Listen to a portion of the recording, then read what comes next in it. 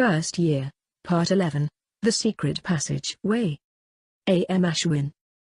We approached the edge of the forest, and I could see the lights of Hogwarts Castle glowing in the distance. I didn't know what time it was. The sky had darkened everything except for the bright, sparkling snow. Shem stopped without a word, lowering himself so we could get down. I stepped down and winced at the sudden pain, stiffness, and cold that rushed to my legs. All of my limbs felt frozen. I was hungry, tired and sore all over from squeezing Shem's horse body so tightly with my body as he had run through the dark forest at a surprisingly fast pace. I couldn't wait to get back into Hogwarts' warm halls. I had never ridden a horse before, but if it was anything like what I had just experienced, I never wanted to. Finally, Aileen said as she jumped down. She promptly began walking towards Hogwarts. "Let's go, Alexa. Hopefully, it's not past curfew, and we can get something to eat. I'm starving." I began to follow, but then looked back at Shem, who was standing still, unsure of what to do next. "Do you have a place to go, Shem?" I asked, my words barely understandable on my lips that had numbed in the cold air. I didn't understand how Shem could stand to be shirtless in this weather, but he didn't even look cold. Shem looked troubled at my words. "I don't know what to do," he said, sounding a bit helpless. "I need to get to my father, to tell him about my uncle.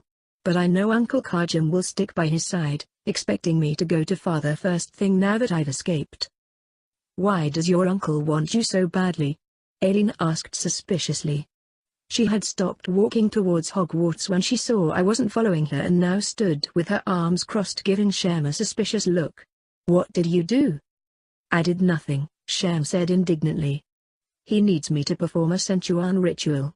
He—" "Wait," Aileen interrupted him, her teeth chattering from the cold. I noticed that her complexion was even paler than usual and her lips were blue. "What is a Senchuan ritual?" Shem began to answer but was interrupted again. "We can't stand here and discuss this all night," I said. "If it's not already past curfew, it's going to be soon. We need to get back to the castle, Aileen." "What about him?" Aileen asked, looking over at Shem. "Where is he going to go?" I looked at Shem, who looked tired and worn out. I felt a pang of sympathy towards the boy centaur. He was only a child, and my natural reaction was to do everything I could to help him, to make the troubled look on his face go away. "Can you come to the castle with us?" I asked him. "You can't possibly linger in the forest with your uncle looking for you. Not to mention all the other things wandering in here." Shem didn't answer right away, looking uncertainly at Hogwarts. Aileen also looked confused. "How are we supposed to sneak him into Hogwarts?" Aileen asked. "If you haven't noticed, half his body is that of a black horse, and a rather large one at that, despite the fact that the rest of him looks like a 9-year-old. He would be difficult to miss walking down the halls of Hogwarts." 11. Shem exclaimed, making both me and Aileen jump in surprise. "What?" I asked in confusion, glancing at Aileen who looked equally confused. "I'm 11, Shem stated, rather sheepishly. "Not 9. "Right," Aileen said, giving Shem a look that told him she didn't believe him. "Whatever you say. 9, 11, the point still stands. How are we supposed to get you into the castle?" "Well," I said thoughtfully, "maybe we can ask Rubus Hagrid, the gamekeeper, to hide him. We all know Hagrid loves magical creatures, and wouldn't want one of them to be harmed." "No," Aileen said, "he might tell one of the professors about him." Aileen was right. We didn't know Hagrid, and we couldn't be sure if he could keep such a secret. "We'll have to find a way to sneak him into one of our dormitories," I said decisively. "The other students won't be back for 2 more weeks, so we don't need to worry about them finding out about him." "Not my Slytherin dormitory," Aileen said. "If any of the Slytherins found him, they would do worse to him than his uncle. They have prejudiced views on part humans. Half-breeds they call them." Shem looked quite upset at this comment but didn't say anything. "Okay, so we'll need to get him in my dormitory," I said. "We'll need to wait here until all the students and teachers are asleep, then get him in unseen." I wrapped my arm around myself shivering. "Wait," Aileen said in sudden realization. Boys can't enter the girls' dormitories. They can't? I asked. I had never heard anything about this. No, they can't, she said. I've seen some try, and it didn't end well. Well, we have to try, I said. Sham's not entirely human, so maybe he'll be able to. Okay, Aileen agreed with some hesitation. I wish we could make a fire though. Why can't we? I asked, rubbing my hands together to warm them. Someone could see the flames from the castle and come find the cause of them, Aileen said. She leaned against Sham's horse body. I guess we'll have to make do with the centaur's warmth. Sham looked a little annoyed at this but didn't complain. I came and sat down in the snow, leaning against Sham as well. My legs felt too weak to stand like Aileen was. Sham was much warmer than he should be in this weather. Maybe centaurs didn't react to the cold as humans did, I thought. We stayed like this for only a short time before every light in Hogwarts went out. Despite feeling tired, cold, weak and hungry, I jumped to my feet as the last light went out. The lights are all out, let's go, I said in explanation as Aileen blinked sleepily in confusion at me. She had closed her eyes and must have started to fall asleep. She got up, and we all walked towards the castle. I'll go ahead and keep an eye out for anyone coming, Aileen said as we reached the castle doors. Don't come until I motion for you to. She opened the doors, and I felt the warmth of the castle immediately. If I do this, Aileen said, making a shooing motion with her hand, it means hide because someone's coming. Okay, I whispered. Aileen went ahead of us and checked to make sure the way was clear. She motioned for us to follow and we quietly followed her as she led us in the direction of the Gryffindor common room. My heart was racing, and I found myself letting out sighs of relief I hadn't realized I'd been holding every time Aileen confirmed it was safe to go. As we snuck about, I could understand why the four troublemakers, as Aileen had labeled the group of Gryffindor pranksters, loved to sneak around, breaking the rules and pulling pranks. It was exhilarating, in a strange way. I wondered if that was just because of my Gryffindor personality and if Aileen felt the same way. Our luck didn't last long though. Aileen poked her head around a corner and then quickly stepped back and made the shooing motion at us, running quietly back to us. I tugged Sham behind a giant statue to our right. Aileen joined us behind the statue quietly. We can't go this way, she whispered. Argus Filch and his demon kitten are just around that corner. We'll have to go through the secret passageway by that purple chair, I said. Aileen and I had discovered the passageway on one of our explorations. It was one of the few passageways I knew of, and it led to any of the common rooms, depending on what direction you went once inside. But it took longer going that way. One of my favorite ways to pass the time here at Hogwarts was to explore. I found Hogwarts quite fascinating, and it was so huge that I never ran out of new places to explore. I usually wandered Hogwarts alone or with Aileen, and a few times I had explored with Frank Longbottom. We hadn't discovered many secret passageways, but I knew of more passageways than most students did at Hogwarts. Just then, Argus Filch's voice was heard loudly down the hall. I hear students out of bed. I didn't know how he had heard us when we had been whispering. But he was Filch.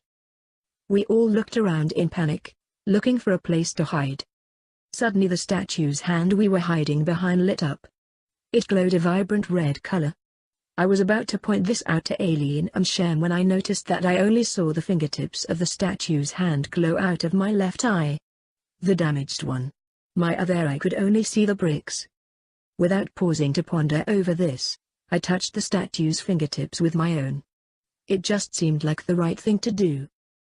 The statue moved one of its legs aside, revealing an opening in between its legs. I heard Aileen gasp in surprise. Cobwebs were surrounding the opening, but I didn't care at the moment. I pushed Aileen into the passageway, and stepped in behind her, pulling Sham along. No sooner had we all gotten in than the statue's leg stepped back into its place, and everything was pitch black where we stood. We all remained silent as we heard Filch run past the statue proclaiming there were students out of bed. "How did you know there was a passageway here?" Aileen whispered. "I didn't know," I replied truthfully. I didn't want to tell them that my damaged eye had seen the hand glowing red. Let's go, Aileen said after a moment, casting the wand lighting charm and stepping forward. Before she got 3 steps, she quickly stopped in her tracks, brushed cobwebs off her face. She had walked right into a giant cobweb. I chuckled lightly, pointing my wand at Aileen, who was clawing at her face and neck in a vain attempt to get the sticky webs off her. I cast the scouring charm, and the webs instantly vanished. "Thanks," she said. She then pointed her wand to the nearby webs and cast the scourging charm on them. The webs disappeared, and she continued forward. "Come on." We walked down the dark passageway, our wands lighting the path. I felt glad I wasn't claustrophobic, as the passageway was very narrow, much narrower than usual. It had lots of twists and turns, and at every dark corner, my heartbeat picked up at the thought of something right behind the dark corner, waiting to get us. After walking for a while, we came to a spot that split into 2 different directions. "Which way do we go?" Shem asked, looking left and right in confusion. "Let's go this way," Aileen said, walking to the left. After only a few moments, we came to a dead end. "Well," I said in disappointment, "let's go back and go down the other passageway. I hope it gets us closer to the Gryffindor common room. I'm exhausted." "Yeah, me too," Aileen agreed, yawning. We went back and went the other direction. The other path also led to a dead end, and I began to feel a bit desperate. "We can't go back," I exclaimed in frustration, worry evident in my voice. As soon as I said this, I noticed something I hadn't before. 3 of the bricks on the wall glowed a dim red color. Just like with the statue, I could only see the bricks glow out of my left eye. "Wait," I said. I had a theory, and I wanted to test it. "Let me try something," I said, walking over to the 3 bricks and touching them lightly with my palm as I had none with the statue. Nothing happened. "What are you doing?" Shem asked in confusion. I ignored his question, pushed on the bricks harder. The brick wall suddenly crumbled away. We all stepped back, staring at the opening. Even though I had suspected it would work, I was still surprised. After a second, I stepped forward and looked down.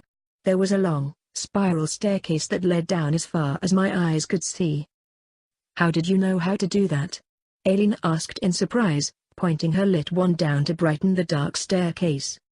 "I read about it in a book. Sometimes you can reveal hidden openings by pushing on them," I lied. Aileen didn't know that my left eye could see any differently than my right one, and I wasn't ready to let her know. It would only make me more of a freak in her eyes, and I didn't want to see her look at me how so many others had. "I'll go first," Aileen said, cautiously stepping on the first step. Shem went next. He was very slow and hesitant at first, but once he saw that he was able to walk down the steps with his 4 legs by leaning his body close to the railing to balance himself, he picked up his pace. I followed them down. The stairs went round and round, and I was beginning to feel a bit dizzy by the time we finally reached the bottom. "It looks like a small dungeon," I said as we reached the bottom. "Look, there's a barred door over there." There were medieval-looking sconces mounted on the walls, and I pointed my wand at them, casting a fire-making spell. I walked over to the barred door in the small room we had entered. "It's unlocked," I said, pushing it open, and stepped into a larger room. "Nobody's been on here for ages," Aileen said, stepped in behind me. I lit the sconces in the room and looked around. There were dust and cobwebs everywhere. The only items to be seen were a round table, 4 chairs, and an old-looking rug. We could find no other doors or passageways that went anywhere else. "We'll have to go back and try going the other way," Aileen said. "Maybe there's a secret room behind that other dead end too." She looked around the room. "What's the point of this room anyway?" Aileen asked curiously. "It's got a barred door. What do you suppose they used it for?" "I don't know," I replied, looking around. "But I have an idea. We don't need to go back that other way, Aileen. We don't know if that other passageway even leads out, and Filch is probably gone by now. And if he's not, we'll just get a detention for being out of bed." Aileen gave me a confused look, not understanding. She glanced at Shem. "We can't risk Shem being caught though," she said. "Shem can stay here. Nobody knows about this room, and he'll be safe here." Right, Aileen said, having understood my idea. And it would be easier for me and Alexa to sneak back alone. No offense, Shem, but you're quite noticeable, with the whole horse body and everything. Okay, Shem agreed. I took both of my gloves from my pockets and transfigured them into 2 fuzzy blankets. I handed them to Shem. What's this for? He asked curiously, taking the blankets I offered. It's a bed, I replied. I can't transfigure it into an actual bed, so you'll have to make do with just the blankets. Sorry, I apologized. It will get dark once the fire goes out in those things, Shem said, glancing at the lit sconces. I saw a flicker of fear in his eyes as he said this, and I supposed he must be scared of the dark. It didn't make any sense though, considering he lived in a dark forest. The sconces on the walls will remain lit unless we use a counterspell to put out the fire in them, Aileen said reassuringly. I think she must have seen the fear on his face as well.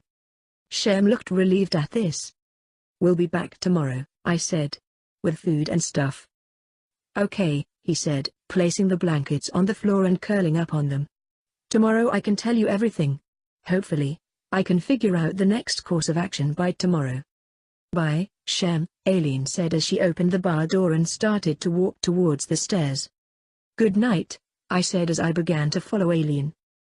I looked back at Shem as I left. He had curled up on the blanket and was watching us leave.